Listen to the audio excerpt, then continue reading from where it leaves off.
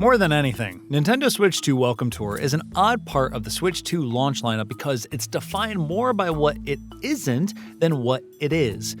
It isn't really a video game, it isn't part of a franchise, and most centrally, it isn't a free pack-in game. The last one feels instinctually unfair as a game reviewer who makes a point to ignore price in most cases.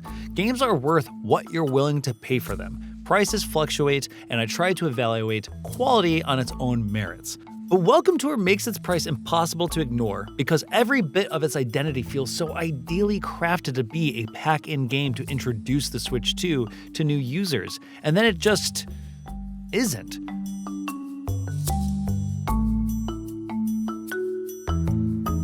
The name is very pointed in this regard. This is built in to be a primer for the Switch 2, explaining all its new features in clear layman's terms.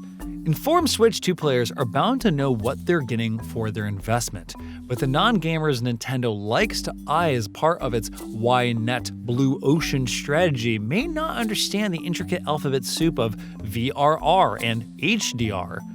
The in-game tutorials break down these complex topics with simple explanations that anyone can grasp, along with videos and demonstrations when necessary to let you experience the difference for yourself. It is genuinely neat. I could see handing this to my parents and having them walk away with, if not a complete understanding of next-gen gaming technology, at least a better grasp of it. But that also highlights another contradiction of Welcome Tour. The Switch 2 itself is an expensive piece of technology made for enthusiasts. The people investing in it now, at least, are probably not casual gamers who are familiar with these advanced terms and concepts. So Welcome Tour feels like a pitch made for people who are high-tech enthusiasts and also casual fans, or at least households that have both under the same roof. And for those who do already understand the new technology, the explanations feel slow and dull. It can be interesting seeing how Nintendo has broken down its core concepts into simple terms, but it's hard to sustain that interest for every part. Plus, these informational kiosks are written to feel very safe and corporate. Each tutorial segment is followed by a short quiz to see if you paid attention, and in a smart feature, it will highlight which section contains the info you got wrong. The much cooler aspect for casual newcomers and power users alike are the minigames and demonstrations. These put the features front and center by letting you experience them, like a few HD Rumble demos that emphasize the fine detail of different objects that feel as if they're either inside the controllers or the screen itself.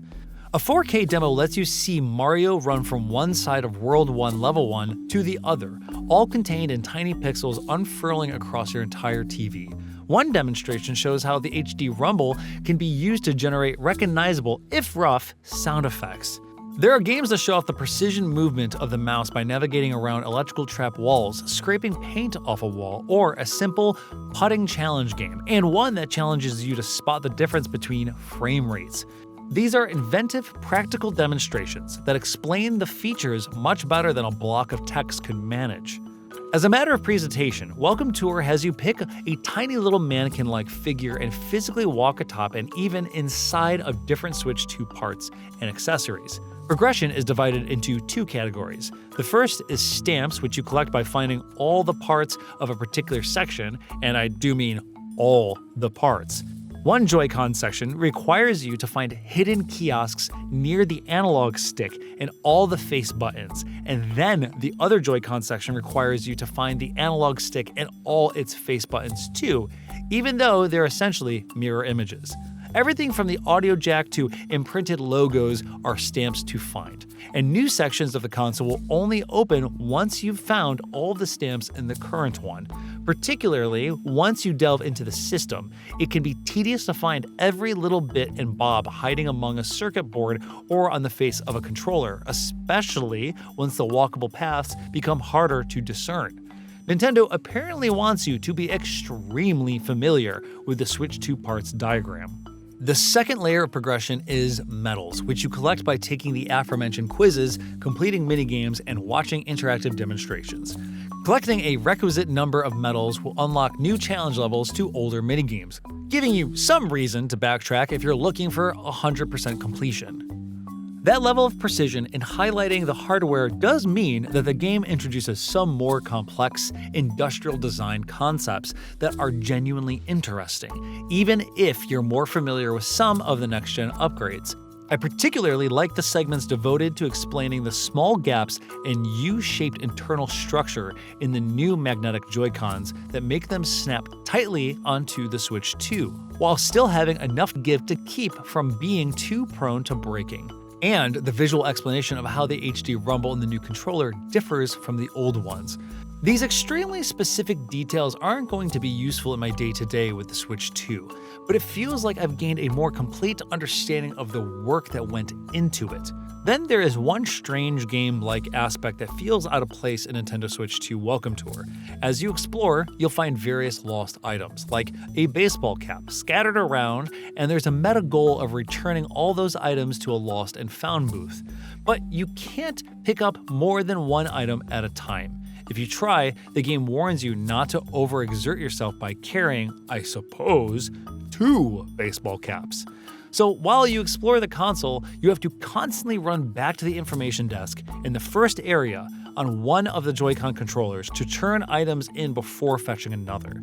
It seemed as if Nintendo wanted to give you one more thing to do, but this fetch quest is just no fun due to its own arbitrary limitations.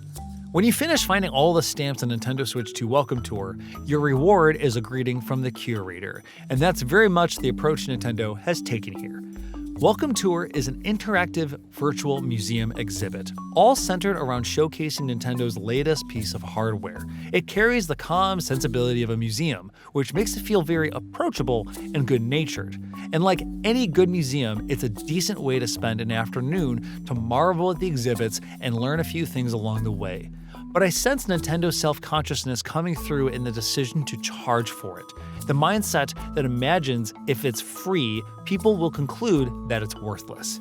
Nintendo Switch 2 Welcome Tour certainly isn't worthless. It's a well-made, often informative, sometimes frustrating introduction to new hardware. It's just too bad Nintendo didn't model it after many great museums, with no fee, so the work inside could speak for itself.